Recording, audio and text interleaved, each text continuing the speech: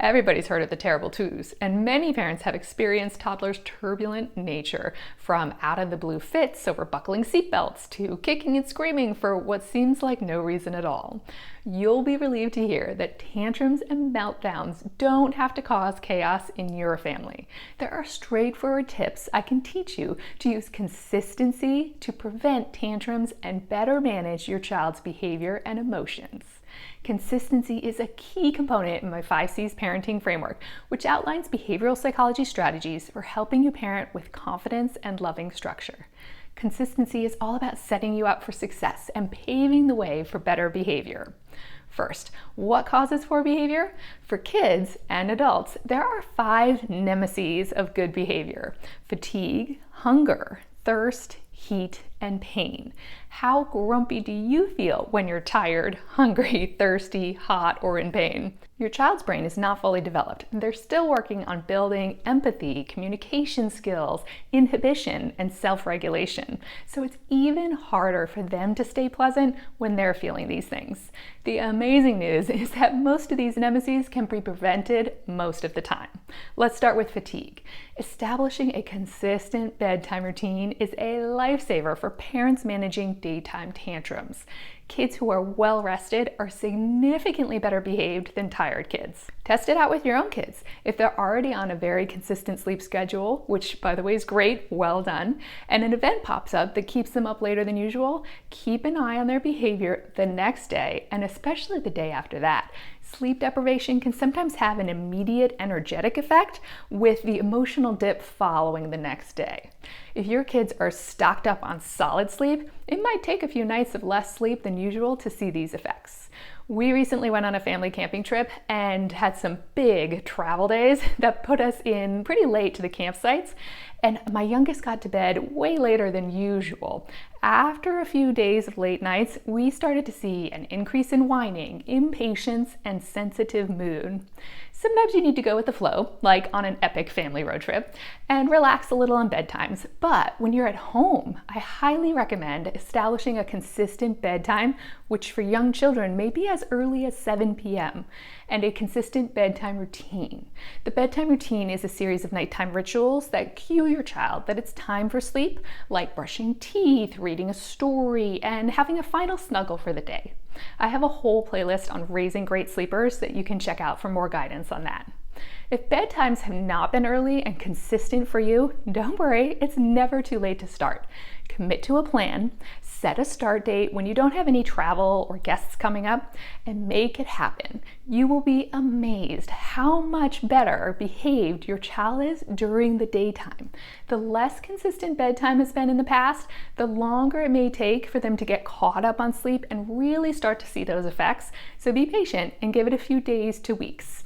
Now, how about naps? Yes, the same goes for naps. Consistently napping during the day markedly improves behavior. However, I absolutely understand that naps are A, tricky to understand. As soon as you have the 3 naps per day schedule down, the transition to 2 naps happens, and then it just keeps going until they completely drop naps and rarely fall asleep in the car. And B, are complicated by siblings. I was so scheduled with my first child's naps, but by the 4th, it was just accepted that most of his naps would be in the carrier or in the car, and we try to get 1 good nap a day in his crib at home. If you're struggling with juggling siblings' naps, don't stress too much over that. Just keep the focus on nighttime sleep and do the best you can during the day. Okay, now let's focus on hunger, the second nemesis. Hunger is probably the easiest of all the nemeses to avoid by using consistency. Kids need to eat, and they eat far more often than adults. Plan on breakfast first thing in the morning, never leave home without a snack. Carry a granola bar or whatever snack your kids like in your purse at all times. If that's hard for you to remember, put a box of granola bars on your entry bench by your front door or in your shoe closet to get you trained to always grab one on the way out the door. If your kids are hungry after school, they don't have to wait for you to get home to have food. Keep a bin with food options in the back of your car.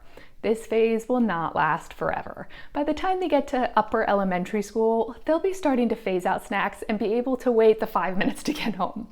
These are easy parenting hacks that you can use in the younger years to prevent meltdowns and tantrums, and that's really every parent's goal, right? Parents often worry about late afternoon snacks ruining their child's appetite for dinner. Here's a pro tip. Set a time after which all snacks need to be fruits and vegetables. If you usually eat at 6 p.m., then announce at 4 p.m. that it's last call for snack, and anybody hungry after 4:30 is welcome to eat, but only fruits or vegetables will be allowed. That way, they're loading up on the healthy things that you would worry about them not eating at dinner due to a late snack. And they're likely to still be hungry at dinner time to eat the meal that you've prepared. By the way, if you're getting value out of this video, hit the like and subscribe button for more videos like this. And let me know in the comments if the fatigue and hunger nemeses might be troubling your child. Okay, next up, let's touch on the thirst nemesis. It's the same concept with thirst. I used to have a purse that perfectly fit 4 water bottles and 4 granola bars, plus other essentials like my keys and phone, so we never had to go to the park and have a meltdown over the fact that the water fountain was broken. You can also keep spare water bottles in your car for very hot days. It takes extra planning on your part, but if you consistently minimize the thirst nemesis, you'll consistently minimize tantrums. Okay, now let's touch on heat and pain. Are you surprised to hear that psychology research has repeatedly shown a connection between heat, irritability, and aggression? It's true, affecting behaviors from your toddler's outbursts to violent crimes and even riots. You've probably had an injury or even a bad headache that gave you firsthand experience with how pain can make people irritable. The heat and pain nemeses are a bit more specific to your climate and your child's health, but the concept remains the same. Acknowledge the impact these factors have on your child's behavior, plan ahead to prevent them as much as possible, intervene in response to them as much as possible, and have some empathy because nobody likes feeling prey to those nemeses of good behavior. Kids are more susceptible to their effects, but the more we use consistency, the less out of control they get. Here's a bonus 5 nemeses tip for good behavior. Another way to use the 5 nemeses of good behavior is as a quick checklist when your child's behavior is off and you're just not sure why. So if your child's behavior is atypical one day, use that as a clue that a little research might be warranted. For example, long ago, one of my kids was having trouble settling down in the evenings, and it took a while to figure this out. But when we ran through the 5 nemeses, we realized that she was tired. And it didn't really make sense at first because she was fighting bedtime, which made it seem like she was not tired. But what was happening was she was falling asleep for a cat nap in the car in the late afternoons. So she had extra energy at bedtime. What we did is moved her bedtime up 15 to 30 minutes so she was better rested at night and didn't fall asleep in the car. And miraculously, bedtimes were smooth again. Sometimes it takes patient problem solving, but behavior changes are often a clue that something is up with the 5 nemeses. Now you know how to consistently prevent most tantrums and meltdowns.